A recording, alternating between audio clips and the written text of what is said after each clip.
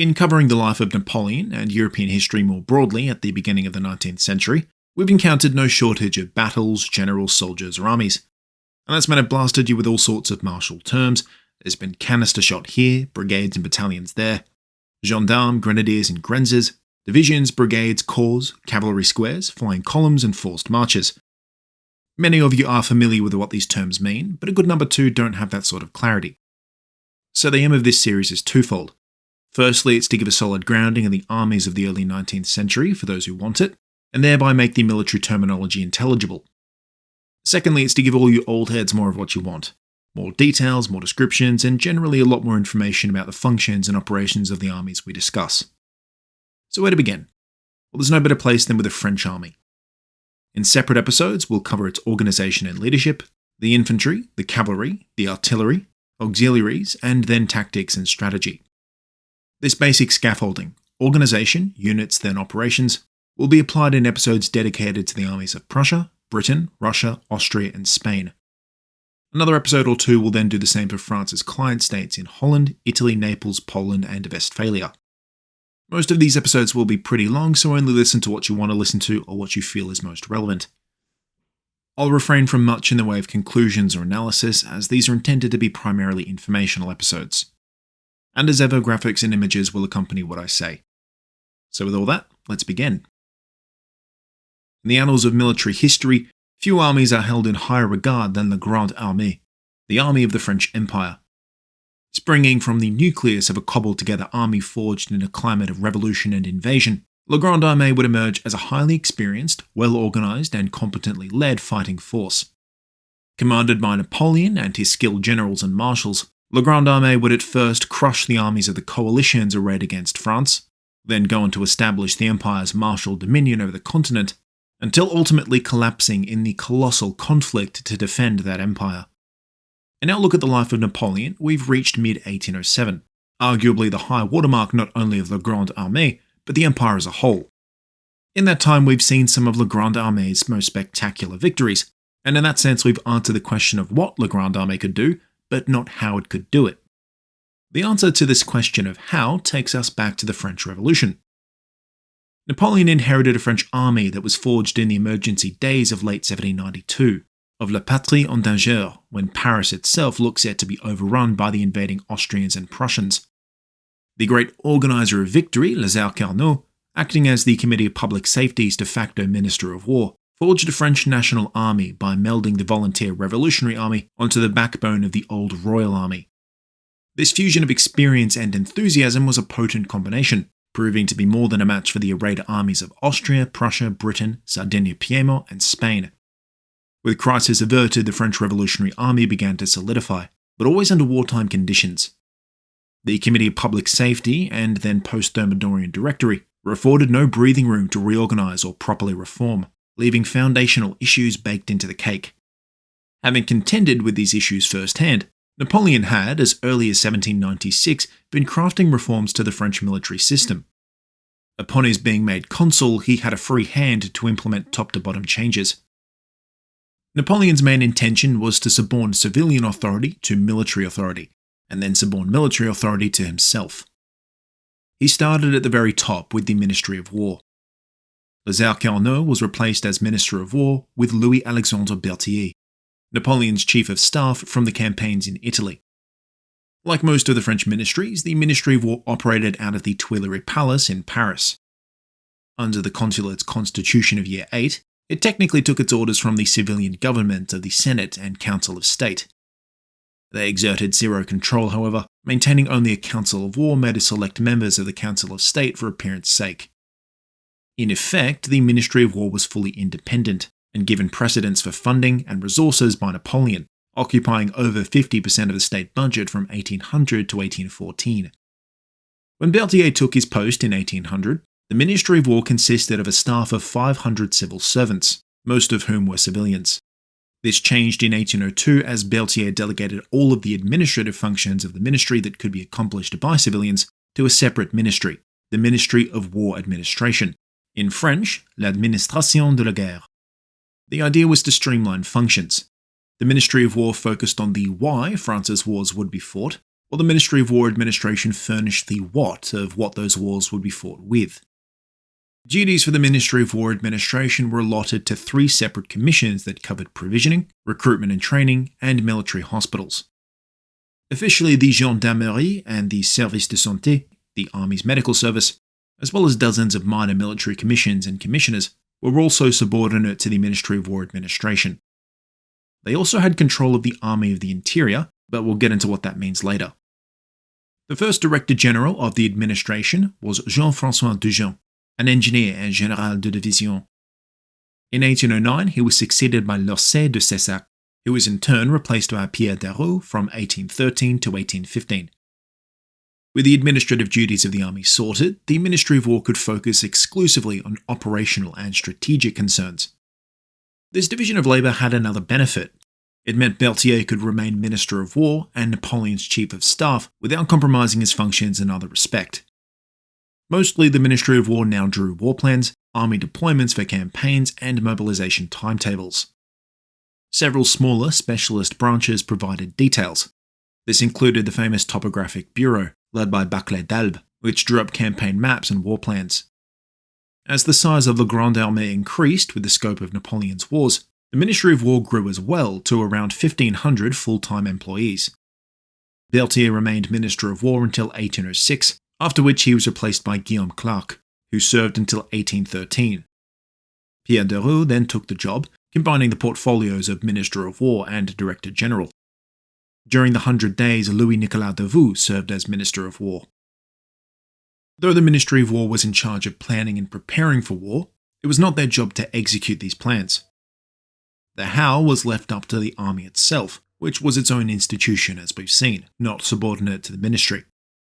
The dividing line between what military resources came under the army's control and the Ministry of War's control boiled down to a distinction between interior forces and active forces.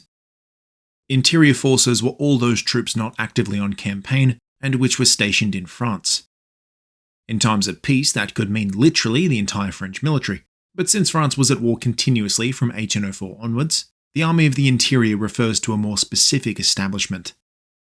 This consisted of the Garde nationale, the National Guard, charged with territorial defence, the Garde de Paris, who protected the capital and important civic buildings, and the Gendarmerie, that patrolled for bandits, rebels, and deserters. Invalided or recuperating soldiers, recruits, officers in training, and coastal defence forces were also considered part of the Army of the Interior. Throughout most of the Napoleonic Wars, however, a typical French soldier or officer answered to a chain of command that flowed up not to the Ministry of War, but to Napoleon himself. All active forces were under the direct command of Army Headquarters, the Grand Quartier Général, redubbed after Napoleon's imperial coronation, the Grand Quartier Général Impérial, the Imperial Army Headquarters. As Emperor of France and head of the armed forces, Napoleon was the nexus of decision-making and strategy. Every major decision, every change, every order either stemmed directly from him or his staff, or was at least run by them first. The Grand Quartier Général Impérial consisted of 3 components: the Imperial Household, the Army General Staff, and the Army Administration. To cover them in order, we'll start with la maison, or the house, the household. In the broadest sense, la maison could refer to the entirety of Napoleon's extended imperial household, which would include plenty of civilian and ceremonial officers, as well as his political cabinet and the various imperial ministries. It would even include Empress Josephine and the imperial family. However, for our purposes, we're only interested in the parts of la maison which accompanied Napoleon on campaign.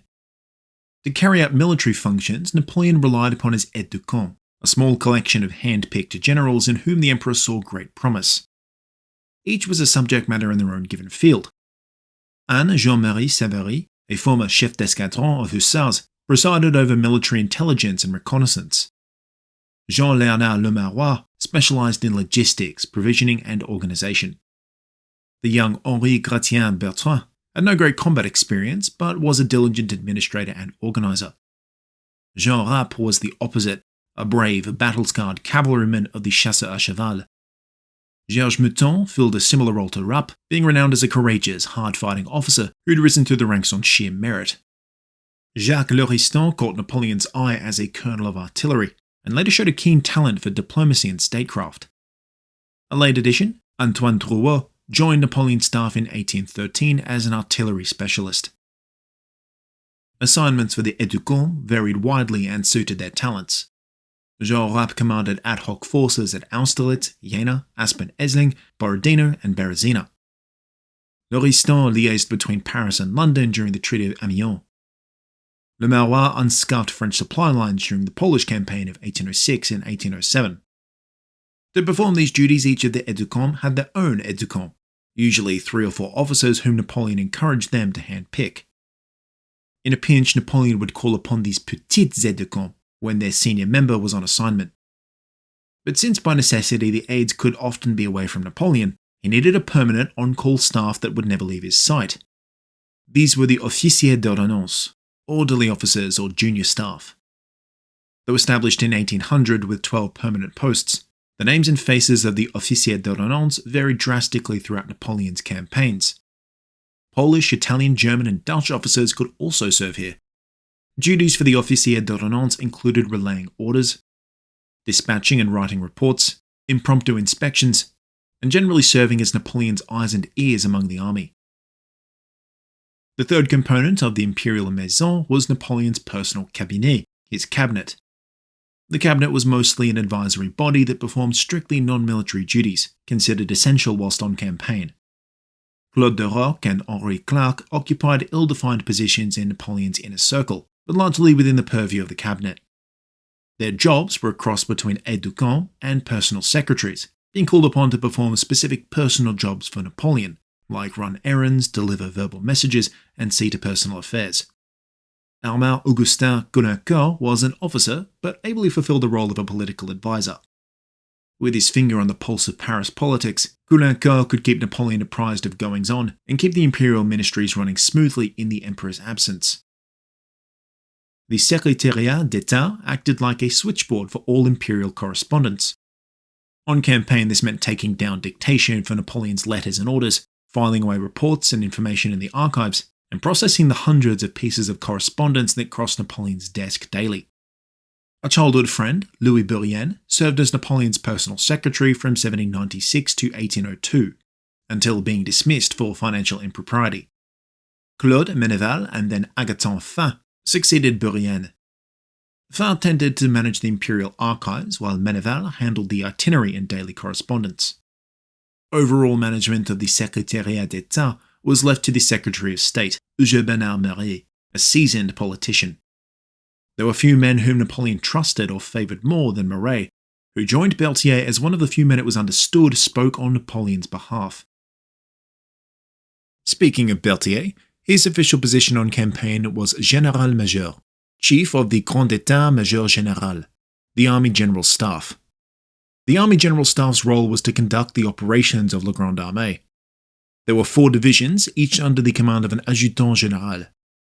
The Intelligence Division covered interrogations, reconnaissance, and code-breaking. The Logistics Division might be more accurately called the Armaments Division, as they made sure the army was fully stocked with guns, cannons, and ammunition. A division of correspondence received general orders and disseminated them to the army. And finally, a division of personnel managed troop movements and casualty replacements, especially officer casualties, finding them in the officer reserve, the officier à la suite. In addition, a mobile section of the Topographic Bureau was embedded with the general staff, so that new maps could be produced on the fly in as little as a few hours. As a Général-Major, Berthier was indispensable to Napoleon, both on and off campaign. All army orders and dictates came from Napoleon to Berthier, and then flowed from the tireless Berthier to his equally inexhaustible staff. All orders were concisely rendered by Berthier in direct and unambiguous terms. Couriers from the General Staff deliver the orders promptly to intended recipients or their staff. I can't understate just how vital this seemingly simple process was. The fact that Napoleon could conceive of a plan, describe it to Berthier, and have orders dispatched to the relevant officers within a few hours was a remarkable feat of organisation and coordination, one of the secret ingredients of Napoleon's success. Just as Napoleon relied on Berthier, Berthier relied on his own staff. From 1800 to 1809, he was assisted by 2 personal secretaries, who liaised with civilian authorities and managed Berthier's personal maison.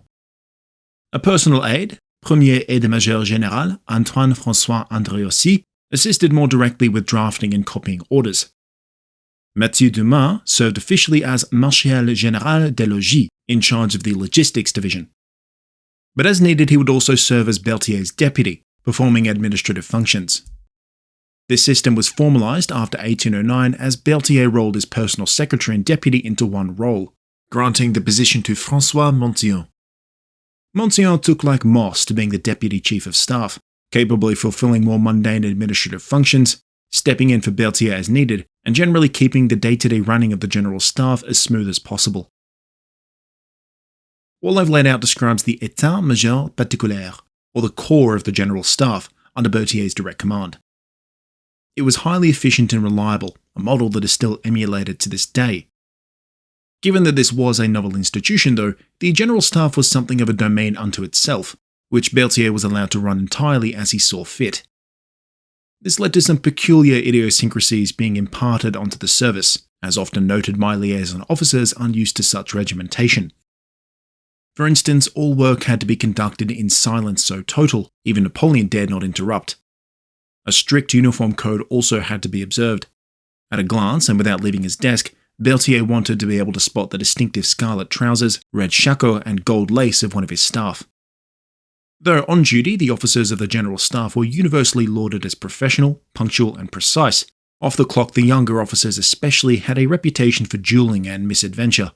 Perhaps a quiet dig at the exacting Général-Major Berthier. While the Grand État-Major Général, the Army General Staff, executed the operations of La Grande Armée, it deferred responsibility for general administration and logistics to the Army Administration, in French l'intendance, the intendancy. Learning well the inefficiencies of relying upon contractors and local connections, by 1800 the French army had switched entirely to a service of salaried civil clerks and administrators. The intendancy was responsible for everything to the army's rear, in effect meaning anything not pertaining directly to combat operations. This was an expansive list, but can be refined down to medical services, finances, logistics, billeting, and record keeping. Overall command was given to the Intendant Général Pierre Deroux. Already we've seen that Deroux would become the Minister of War, and his remarkable tenure as Intendant Général is the reason why. Though a senior officer, Deroux had never seen combat. Instead, he was a logistical whiz who'd spent his entire career as a bureaucrat in charge of various army administrative and logistical roles. As Intendant Général, he ran his organization like a government ministry, with separate commissions headed by Commissaires de Guerre, Commissioners of War. These commissioners were in turn headed by a Comptroller General called the Commissaire Ordonnateur. All called upon their own managerial staff, namely Inspecteur and Régisseur, to manage an array of clerks or commis. The mission of the intendancy was to maintain at peak efficiency the throughput of the extremely long supply chain of La Grande Armée. Frontline units were linked to depots to supply hubs in towns and cities, and a string of towns and cities back to France or Allied territory.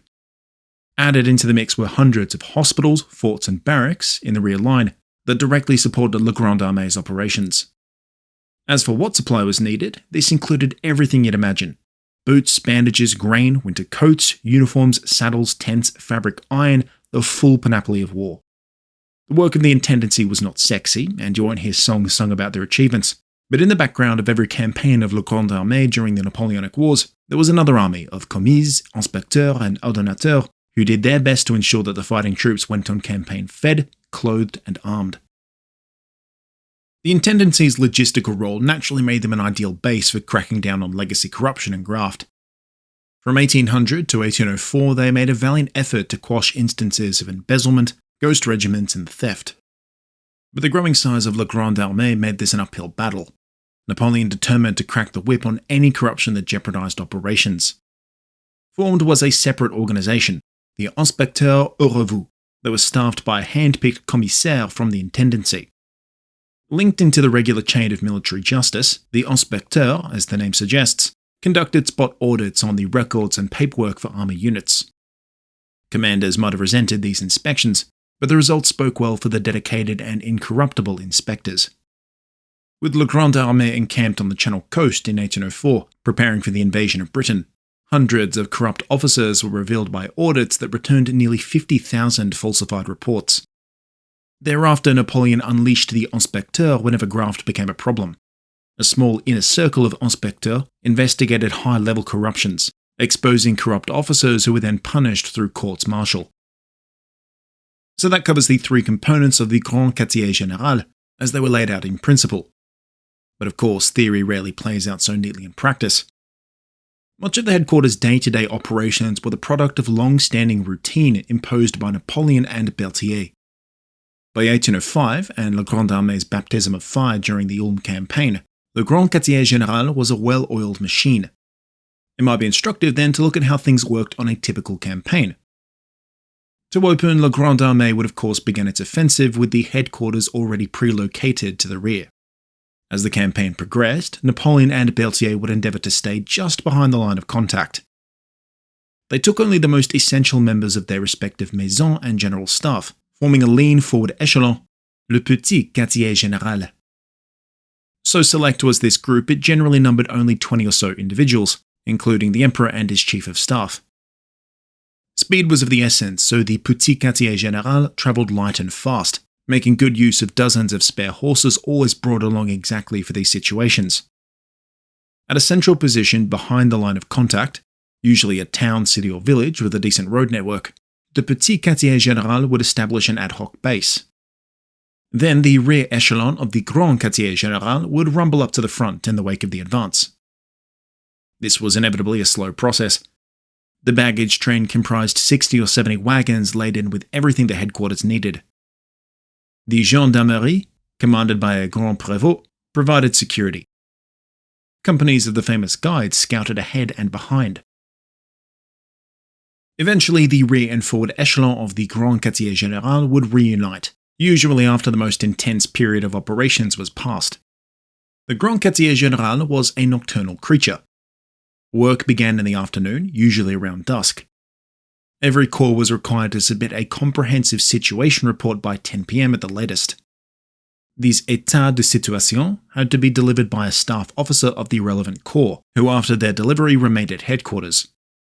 Berthier and his staff would process this information, making copies, issuing supplemental orders, but leaving major decisions up to Napoleon. He typically took an early evening dinner between 5 p.m. and 6. His preferred meal was not much different from that the soldiers ate: sliced potato in butter and sautéed onions served with bread. Finished by 7 p.m, Napoleon slept, rarely more than 4 hours.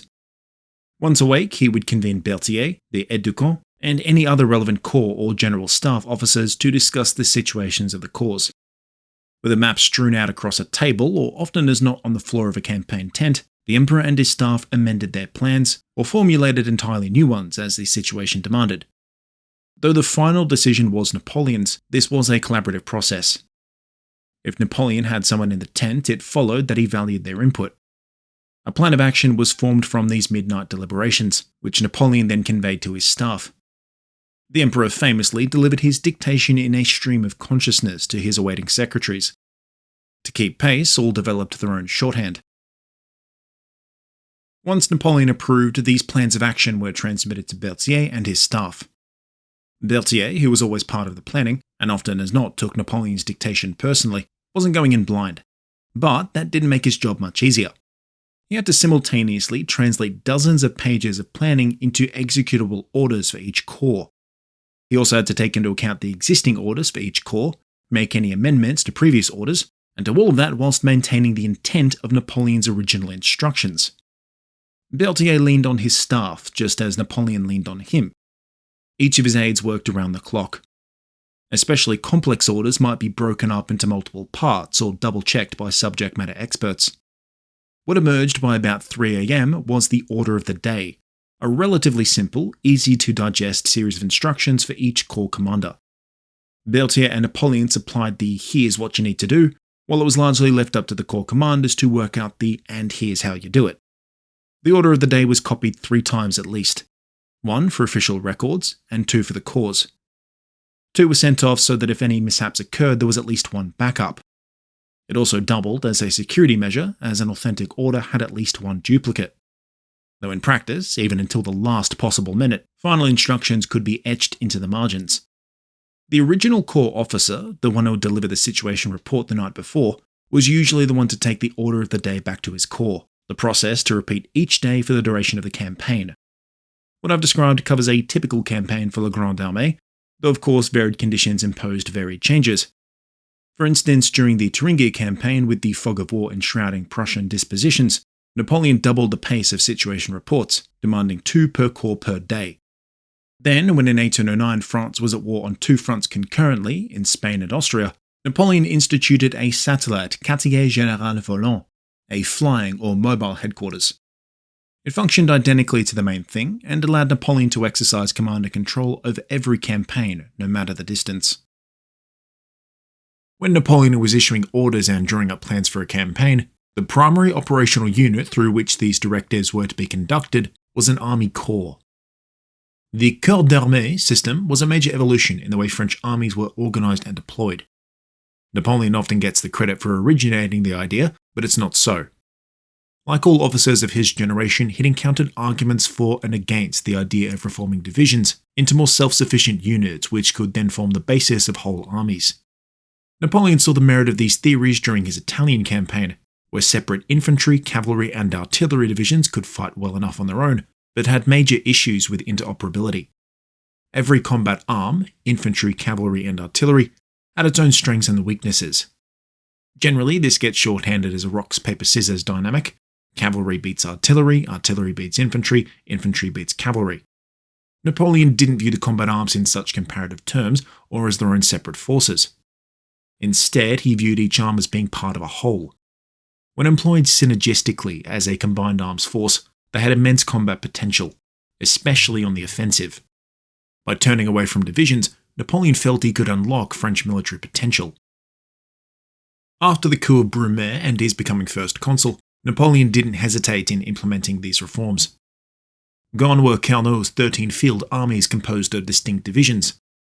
Laid out with the principles of a new organisation for the French military, into a force composed not of armies, but of corps, meaning bodies in French. The main advantage of a corps was its capacity for independent combat operations. The Platonic ideal corps could force march to a battle and hold out against a superior force for at least a day. This formidable melding of the 3 combat arms into a cohesive force, sustained by various non-combat support companies, had a major operational, strategic, tactical and organisational benefits, much of which we'll explore later. The very first corps was established at Dijon under the supervision of Berthier. A shake-up of the Army of the Reserve saw the basic structure established, but the outbreak of renewed conflict with Austria cut short this reorganisation. The fully realised formation of the corps of La Grande Armée officially began in June 1803. 150,000 veteran troops were redeployed from their current armies and placed under Berthier's overall command. These divisions were then reformed into a new force, the Armée des Côtes de l'Océan, arrayed in a string of camps from Brittany to the Netherlands. The 6 main camps at Brest, Montreuil, Boulogne, Saint-Omer, Bruges, and Utrecht became the staging grounds for the original 7 corps that formed La Grande Armée, along with the Cavalry Reserve and the Imperial Garde. By 1813, there would be fully 14 mainline corps. On paper, a corps was composed of at least 2 but no more than 4 infantry divisions, supplemented by a brigade of light cavalry. For firepower, 46 guns were allotted, 30 under direct command of the infantry divisions, and the remaining 16 formed into an independent battery. At full establishment strength, a corps numbered approximately 30,000 soldiers, 28,000 infantry, 1,500 cavalrymen, and a few hundred artillerymen. In addition to the combat arms of the corps were several integrated support companies. This included a transport company, an engineer company, a maintenance company, an ambulance company, and a supply company.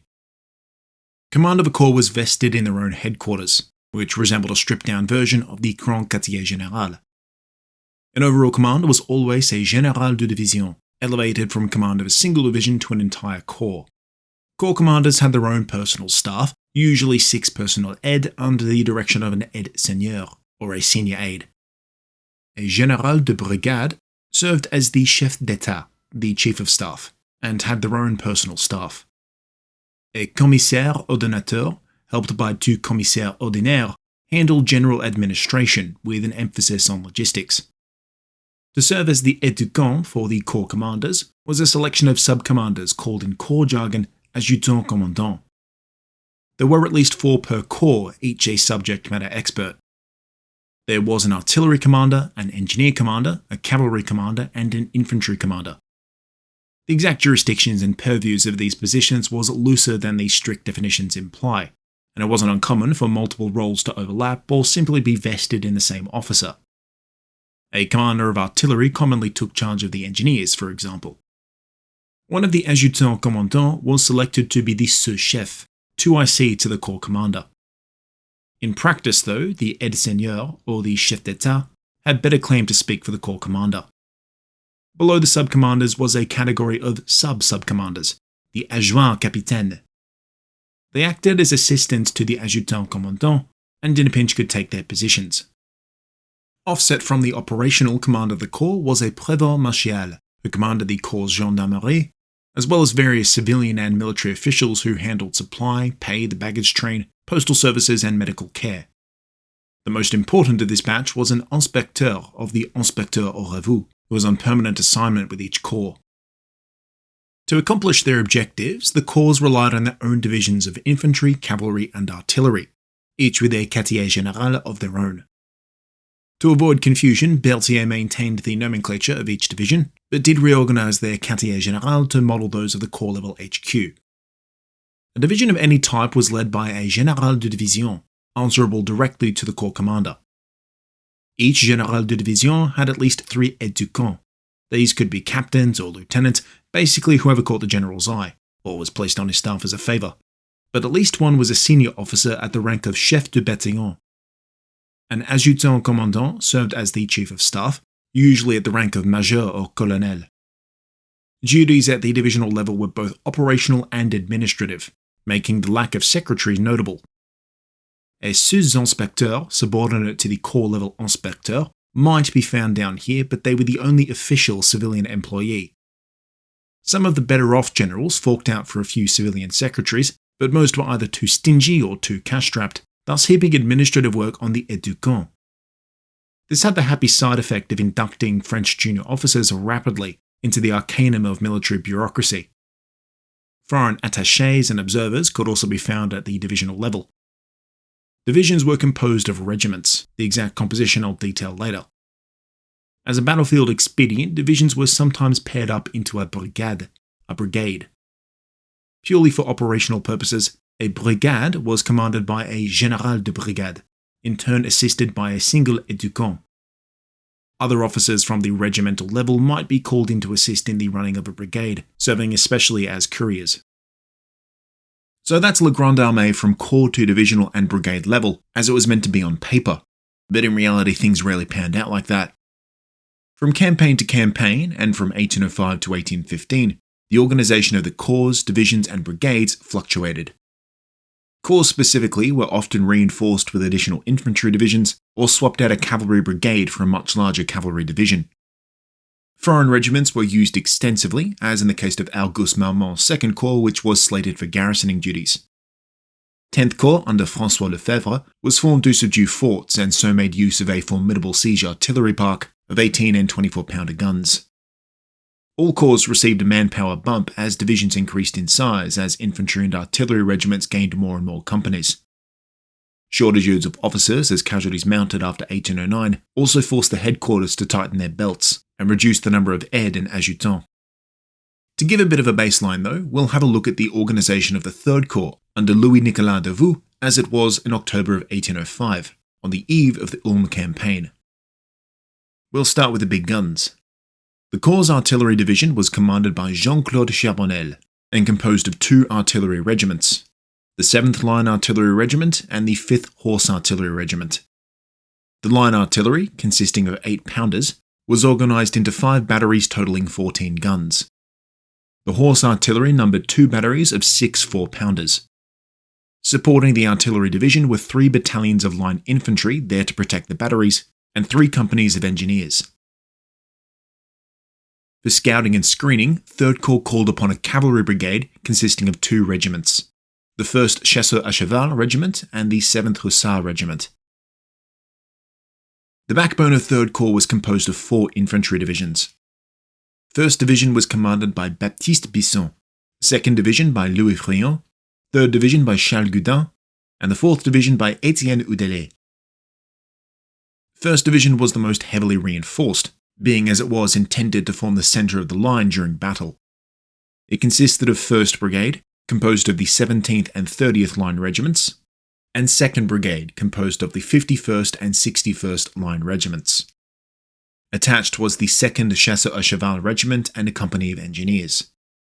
A gun battery and their guards were detached from the 7th Artillery Regiment and integrated into the division.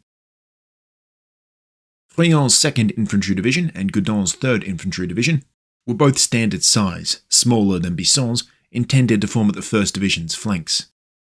2nd Division consisted of 3 line regiments, the 33rd, the 48th and the 111th, and the 15th Light Regiment. They were supported by a company of engineers, a howitzer battery from the 7th Artillery Regiment, and a detachment from Bisson's 2nd Chasseurs à Cheval. 3rd Division was the same, just with 4 line regiments, the 12th, the 21st, the 25th and the 85th. Udelet's 4th Division was not a regular infantry division, but instead an advance guard. Speed and mobility were preferred to fighting power. It consisted of the 13th Light Regiment, backed up by the 108th Line Regiment. The 12th Chasseurs à Cheval Regiment was at Udelet's discretion, making him the de facto cavalry commander of the corps. In this capacity, he could also, as needed, snatch the 2nd Chasseurs à Cheval Regiment from Bisson. As with the other divisions, the advance guard had a company of engineers and a detachment from the 7th Line Artillery Regiment. Now as for how the 3rd Corps fared in battle, go back and have a look at the episodes on the battles of Ulm and Austerlitz. The boys did fine. And as for specific tactics employed by the corps, that'll come in another episode. Having had a look at how the corps of La Grande Armée were organised, we'll now have a deep look into the combat arms that composed these corps: the infantry, the cavalry, the artillery, and the Imperial Guard. And where else to begin but in the mud, in the line of battle, with the infantry. Infanterie, meaning all soldiers fighting on foot, were the mainstay of La Grande Armée, relied upon to seize ground and defend it fiercely. Napoleon inherited a very experienced infantry force upon becoming first consul. 2 infantry unit types existed: regular line units meant for general actions, and light units meant for skirmishing and screening. Both units were composed of battalions, 3 of which were organised into a demi-brigade by Lazare-Carnot's amalgame reforms. A line in demi-brigade consisted of 2 battalions of volunteer fédérés and 1 of veteran regulars. Carnot's battalions were composed of 9 companies, 8 of line infantry, 1 of grenadiers. Each line company consisted of approximately 90 to 100 individual soldiers. A light battalion had 6 companies of skirmishers, 4 chasseurs, 1 of carabiniers, and 1 of voltigeurs, each of which was between 80 and 200 strong. On paper, this put a demi-brigade strength at about 2,500 for the line brigades and 1,000 or so for the light brigades, though in practice most hovered around half strength. Additionally, the effectiveness of the companies degraded heavily as casualties mounted, as there were no reserves within the battalion to replace losses. Having made extensive use of the demi-brigade, Napoleon had some ideas about how to solve these and other issues. Namely, to reform the unit into something more flexible and better suited for long campaigning. Various changes were trialled from 1803 onwards until a finalised version was adopted for September of 1805. Thereafter, demi-brigade were redesignated as regiments, the distinction between light brigades and line brigades maintained, with light regiments and line regiments. Line regiments, in French a régiment de ligne, were bog-standard rank-and-file infantry. Each individual soldier was armed with a musket, a fusil, hence their semi-official designation as a fusilier. A line company was composed of 4 bataillons, a battalion of fusiliers. The extra battalion was formed by decreasing the number of companies per battalion from 8 to 6. 4 administrative battalions would exist in the rear entirely to train recruits for casualty replacement in the 4 front-line combat battalions. Each battalion also had 1 company of grenadiers and 1 company of skirmishers, usually voltigeurs. Light regiments, or régiments légers, were organised identically to the line regiments, just staffed with light infantry. A light regiment had 4 battalions of 6 companies. A company contained 4 chasseurs, 1 of voltigeurs, and 1 of carabiniers. 4 chasseurs company remained as the battalion reserve. In all, a paper-strength regiment had around 3,400 troops. Unsurprisingly though, an in-the-field regiment might only have half as many. As we'll see, it was a constant battle finding able-bodied recruits for the army. Of the 110 line brigades and 30 light brigades in 1799, by 1805 Napoleon had reduced these down to 90 line regiments and 27 light regiments, by consolidating the companies from understrength brigades. In the process, 22 line regiments and light regiments ceased to exist. Quite shrewdly though, the French kept these vacant phantom regiments on the official lists, whilst keeping the numerical designation for all the extant regiments. Until the coalition spies learnt which regiments were real and which were not, they regularly overestimated France's real strength. Several new line regiments were raised during the Napoleonic Wars. In 1808, the 113th Ligne was formed in Spain, and the 130th a few years later. The 121st and 122nd were formed in 1809, joined in 1810 by 3 Dutch regiments. Another 3 German regiments were formed from recruits among the Hanseatic cities and the Rhineland Confederation. From 1812 to 1813, as the walls were closing in on France, 5 more regiments were raised and pressed into action. By 1814, there were also a total of 36 light regiments, from the initial 27. Like the line regiments, the new light regiments made use of non-French soldiers. The 11th and 32nd Légers were formed mostly of Italians, the 33rd Légers of Dutch recruits, and the 34th Légers as a corps of French troops augmented by Spaniards and Catalans. Rear line and refractory units were also hastily assembled into new regiments to deal with the surprise Austrian offensive of 1809 and then the crisis of 1814. Experience on campaign proved the regiment to be an ideal tool for the kind of fighting Napoleon intended for the Grande Armée. The system of battalion-level reserves could keep a regiment combat effective for an extended duration, and the creation of a 4th battalion offered greater tactical flexibility. That being so, change was inevitable. In February 1808, Napoleon ordered the inclusion of a 5th depot battalion for each regiment. It was a non-combat formation of wagons meant for transportation and carrying extra supplies. Included in the depot were Garde troops who, in addition to guarding the baggage train, would escort recruits to the regiment. The last great expansion of La Grande Armée came in 1812 in preparation for the Russian campaign. A 6th combat battalion, exactly the same as the others, was formed in each regiment.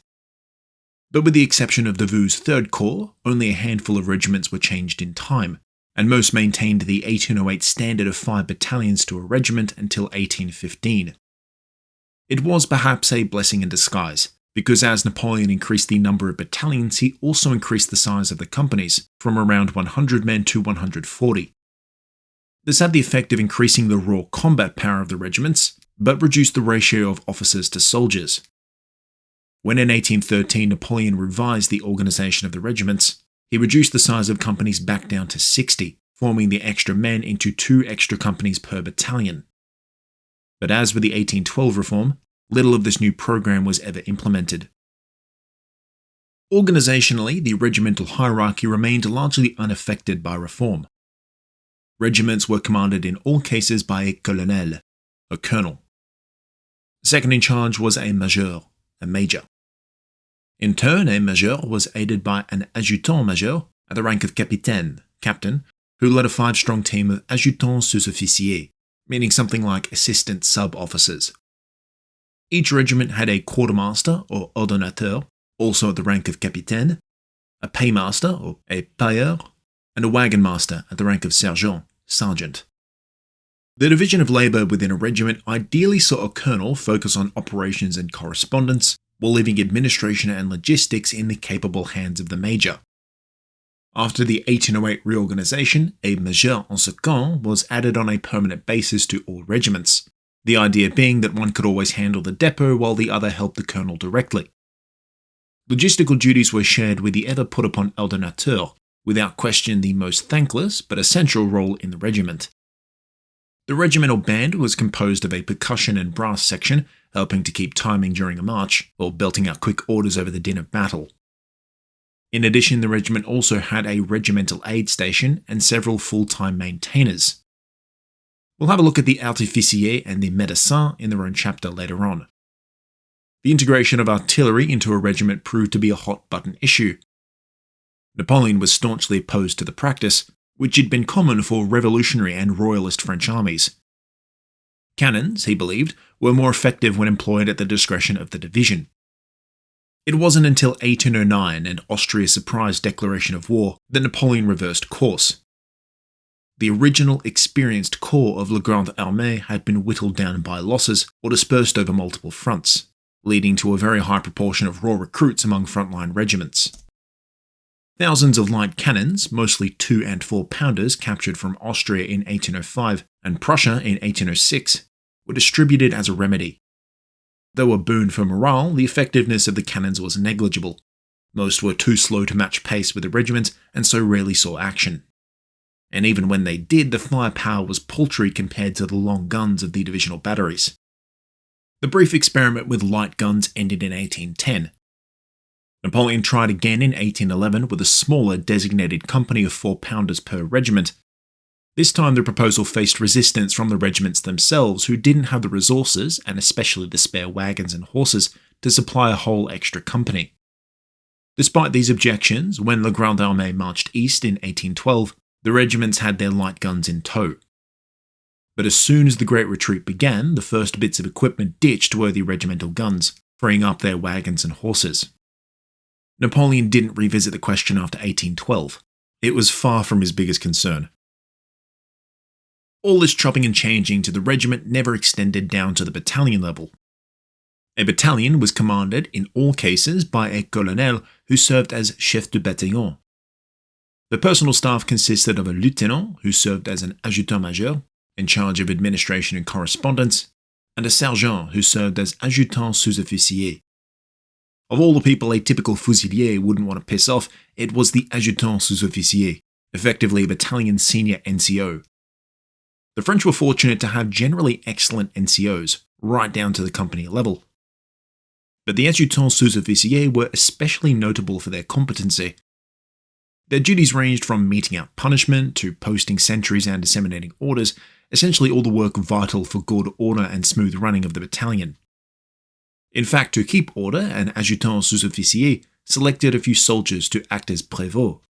Despite the name, these were not sanctioned provosts of the prévôt martial and their mounted gendarmes.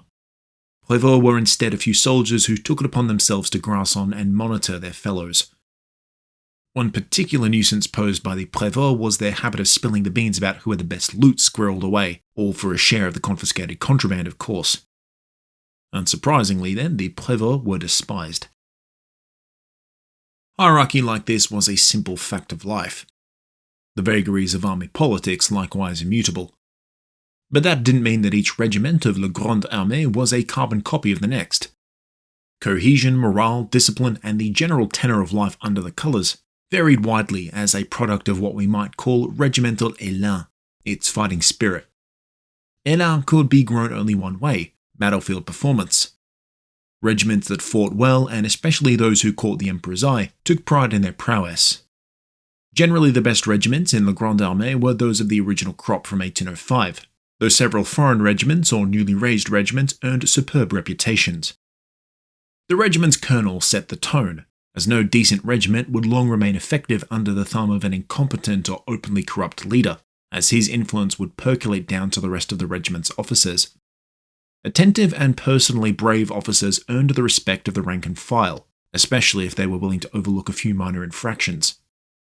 Enlisted men had their own ways of preserving élan. It was customary for a private promoted to corporal or a corporal promoted to sergeant to buy or to find some alcohol for him and his mates. What wasn't drunk was sprinkled on the sleeve where the new chevrons were sewn. If a senior NCO was promoted lieutenant, his old equipment was shared among the rank and file. Various days were times of celebration.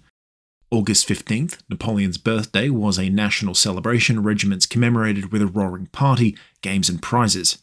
and even on some years a small cash payout to each soldier. Other days, especially anniversaries of battles in which the regiment outdid itself, saw double rations or extra servings of grog. New Year's Day was a general amnesty. The year's infractions were forgiven by the officers.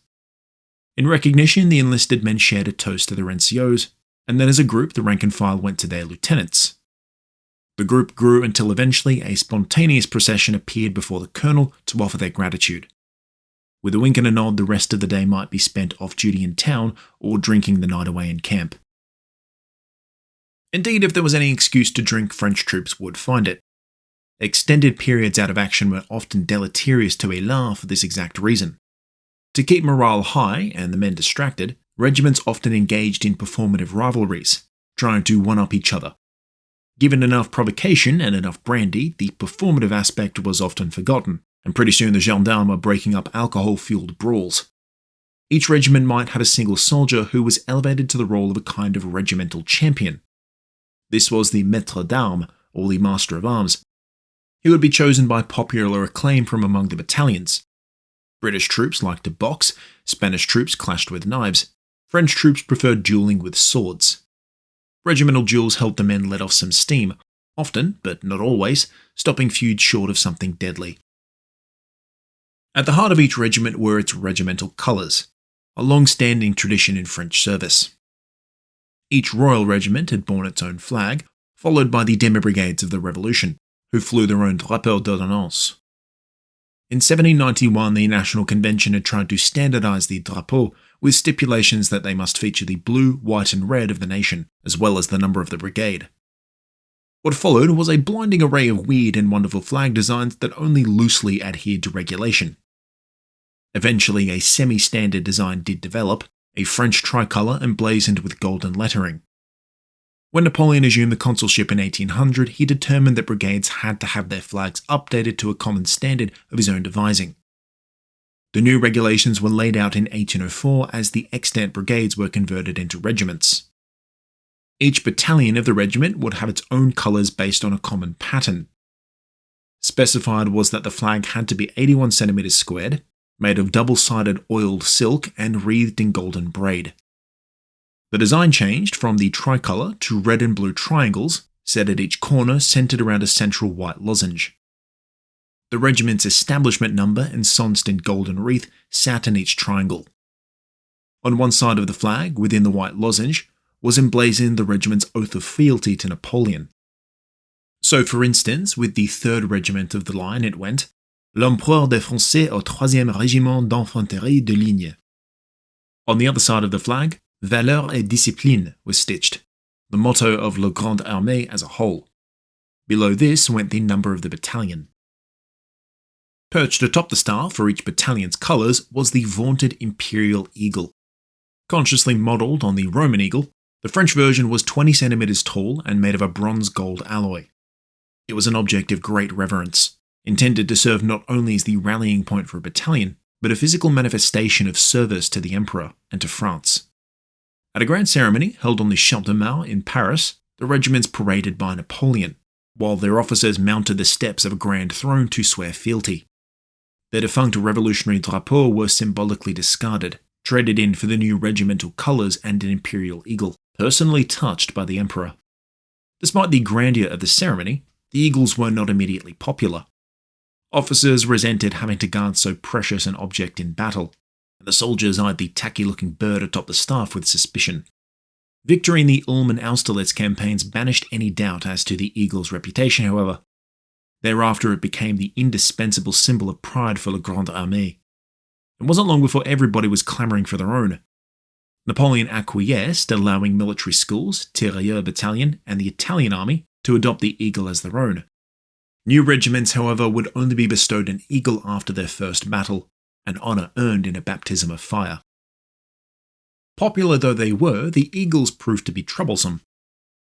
Regimental colours weren't special and could be replaced without issue, but the eagle had to be maintained. It wasn't unknown for a damaged eagle to be swapped out with a pristine one in interregimental feuds. Then there was the problem of battlefield security. In 1805, the French had lost several eagles at Austerlitz. With 1 eagle per battalion and 4 battalions per regiment, more than a few were at risk.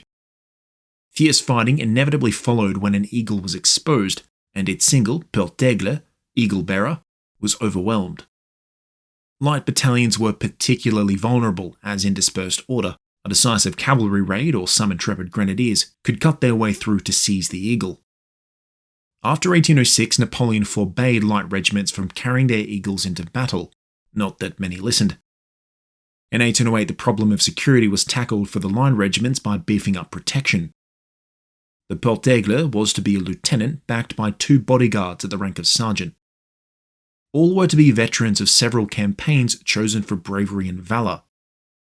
Carrying the eagle was their sole purpose, and they were expected to die in its defence. Despite the prestige of guarding the eagle, the posting was something of a career dead end. The post of porte-aigle was an excellent place to deposit an officer who had more brawn than brains. The sergeants too were forbidden from gaining promotion, but enjoyed better pay and privileges. Despite the inspectorate's best efforts, the army's enthusiasm with the eagle standard made it impossible to enforce the original regulations. By 1811, new flags, new designs, and new honours had been dreamt up by the soldiers or their officers, leading to a dazzling array of unofficial patterns just like in 1804. In the lead up to the 1812 campaign, Napoleon once again tried to impose some uniformity. The flags would be bigger, wreathed in 2 inches of golden tassel, and used the French tricolour as the base pattern. In the top left and right corners sat the imperial crown, and in the bottom corners an imperial eagle. 4 golden wreaths with a Napoleonic N lay at the midpoint between the corner symbols. Napoleon's personal bee motif connected the crowns and the eagles in a bar on the top and bottom of the flag. The same pattern repeated with patterned foliage on the left and right sides. As before, one side of the flag was used for the imperial dedication and regimental number. The reverse side, however, officialised the right to display battle honours from a pre-approved list of major engagements. So for example, the 1815 flag of the Premier Régiment des Grenadiers of the Imperial Garde proudly bore the inscriptions Ulm, Jena, Eylau, Friedland, Essling, Wagram, Hanau, Leipzig, and later Waterloo. The actual eagle physically remained identical, as did the staff. However, 2 regiments enjoyed bespoke plaques pinned just below their eagle. The 84th Régiment de Ligne earned the right to bear the inscription 1 contre 10, 1 against 10, for their defence at Graz in 1809. The 132nd Régiment de Ligne earned 1 contre 8, 1 against 8, for their exploits at Rosnay in 1814. In a widely unpopular move, Napoleon further decreed that the eagle standard was to be borne only by the 1st Battalion of an infantry regiment.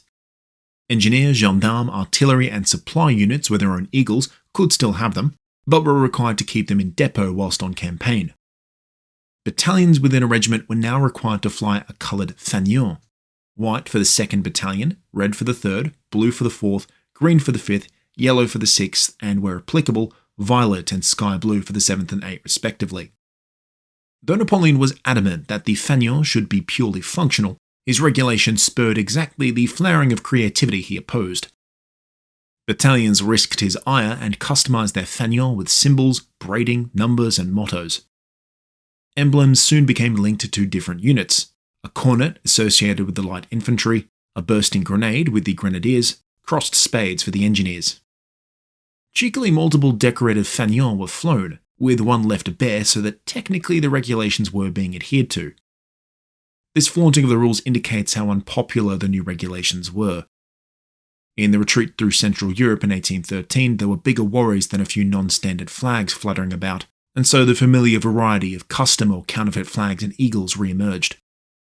During the 100 Days campaign, all semblance of order was dropped.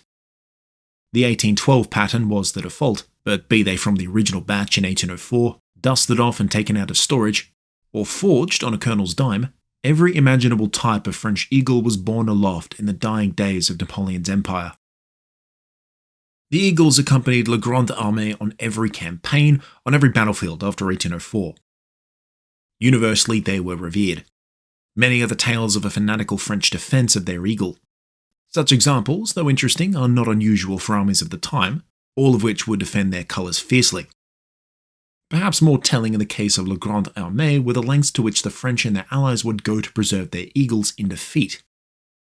Battles like Bailen, Berezina, or Leipzig, saw tens of thousands of French soldiers taken captive, but several eagles remain unaccounted for. Many were dismantled and the pieces hidden among several soldiers who, after being paroled, reformed the eagle's standard. In one particular instance, a Peltaigle rammed his squadron's eagle into the unmentionables of a horse just after the Battle of Berezina. Cossacks presumably mistook the protruding staff for a spear long enough for it to be recovered by a French patrol. At the same battle, the eagle of the 125th Régiment de Ligne was broken off its staff and hidden by prisoners of that regiment. They returned it to France in time for it to adorn the eagle of the re-established regiment as it fought in defence of France in 1814.